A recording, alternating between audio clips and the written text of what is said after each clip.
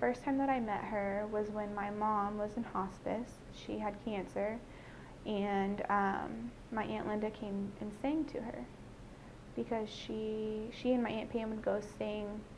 They had a prison ministry, and they would go sing to people in prison and minister to them. And she has a beautiful voice, and so that was the first time that I met her. She came to sing to my mom when she was in hospice. And then 9 months after my mom passed away, I got diagnosed with cancer. My Aunt Pam, who is my real aunt, and my Aunt Lynda, my Aunt Sally, who are my aunt's friends, but I call them my aunts, or my aunts by love. They would come to the hospital and help take care of me, and their whole thing was that they didn't want me to be alone through any of it. And my Aunt Lynda, she had the night shift usually because she was always full of energy, and whenever I was going through treatment, I was on steroids for a lot of it, and I wouldn't sleep. And so we would just stay up and laugh and, be delirious from being so tired but not being able to sleep. And so she and I got really close. In our children's ministry, one of the things that we say is that every child is God's favorite. And we really believe that's true, that no one has lived that out better than Lynda Sparks. I have watched her hundreds and hundreds of times work her magic with a child by making an individual child feel so loved. So we were driving home from church. She said that something was wrong. And I told her, what was it? And she said that she was having chest pain. She pulled over, and I got out of the car, went to the driver's side, and got her out, brought her around to the passenger side, and I got in the driver's side, and we turned around and started going to the hospital. I called Uncle G, and I told him, something's wrong, we're going to the hospital, and he reminded her that she had some nitroglycerin pills that she was supposed to take if she was having chest pain. We got to the hospital, and I went in, grabbed a wheelchair. I told them, I think my aunt's having a heart attack. That she was answering the nurses' questions, but then all of a sudden she wasn't. And they were like, Lynda, Lynda, Lynda, and she wasn't answering. One of the nurses took me out of the room, and they flattened the bed, and they were doing CPR on her, and they were able to bring her back. And she actually died twice. One Sunday afternoon, I was at church when I got a text from Sarah telling me that her mom had had a heart attack.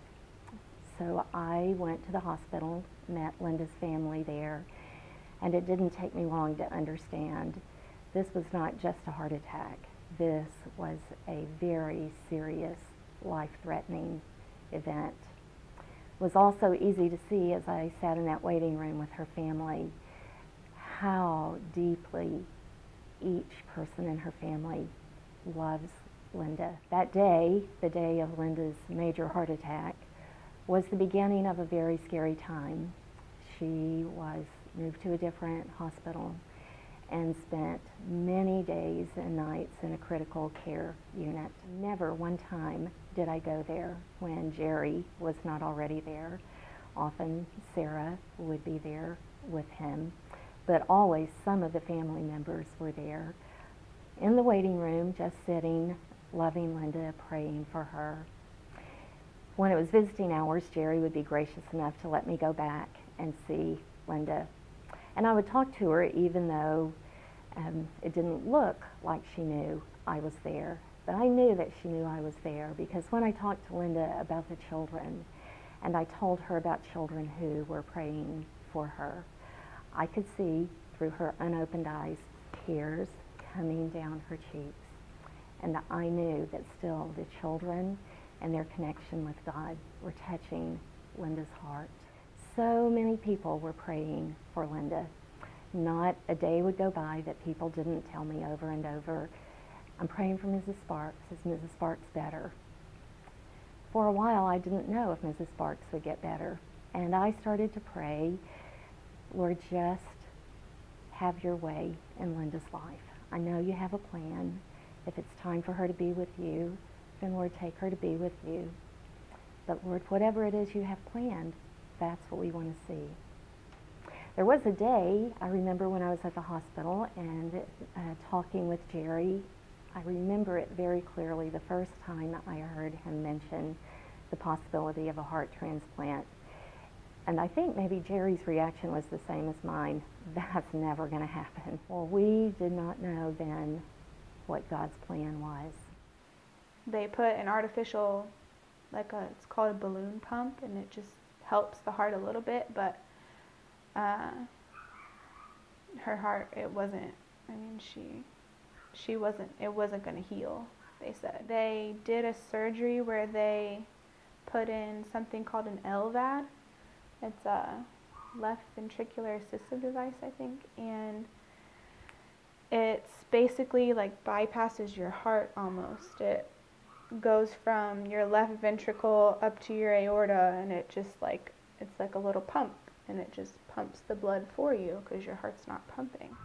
For 15 months I had the pump, and we knew that the pump wasn't going to be permanent, and that the heart was going.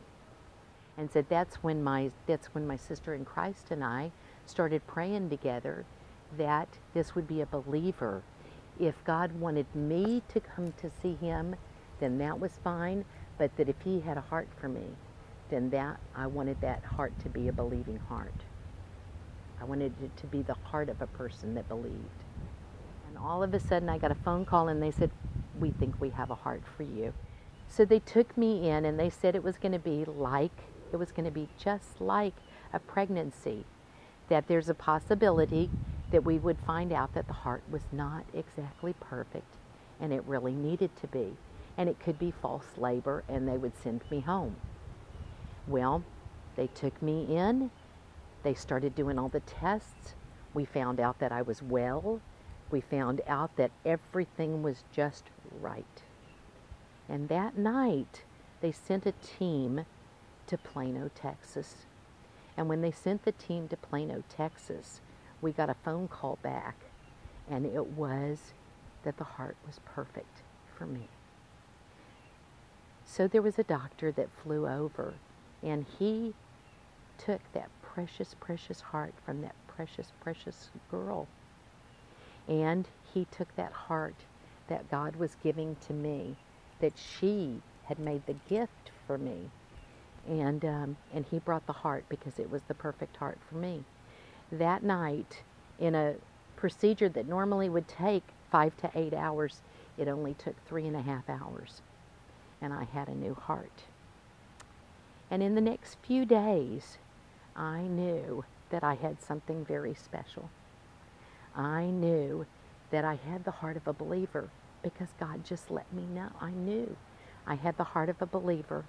One of the nurses in that weekend, she gave it to me, and she said, "This is a stethoscope for your donor's mother and dad, and for the family, for them to be able to listen to her heart when they first meet you."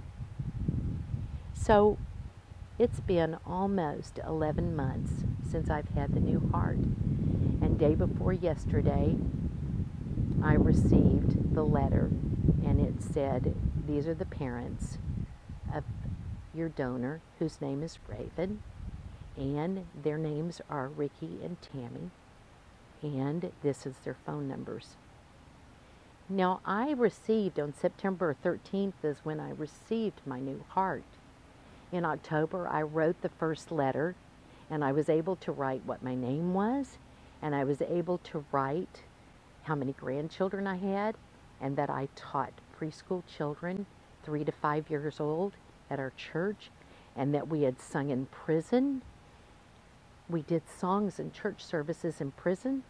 I had sang at different friends' funerals.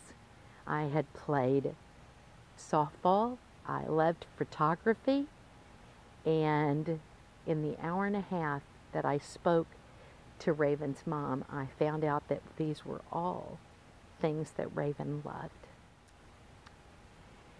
So when this family, when we meet, I will not only be meeting Raven's parents who brought her up so beautifully, but they're going to be meeting a 60-year-old Raven, because Raven was 18 years old when she gave me her heart. But every time I do something, I say, oh my goodness, I'm having a donor moment. And one thing that Tammy told me, she said, we thought about sending a warning with Raven's heart saying, uh-oh, you're getting what you're getting, and be ready.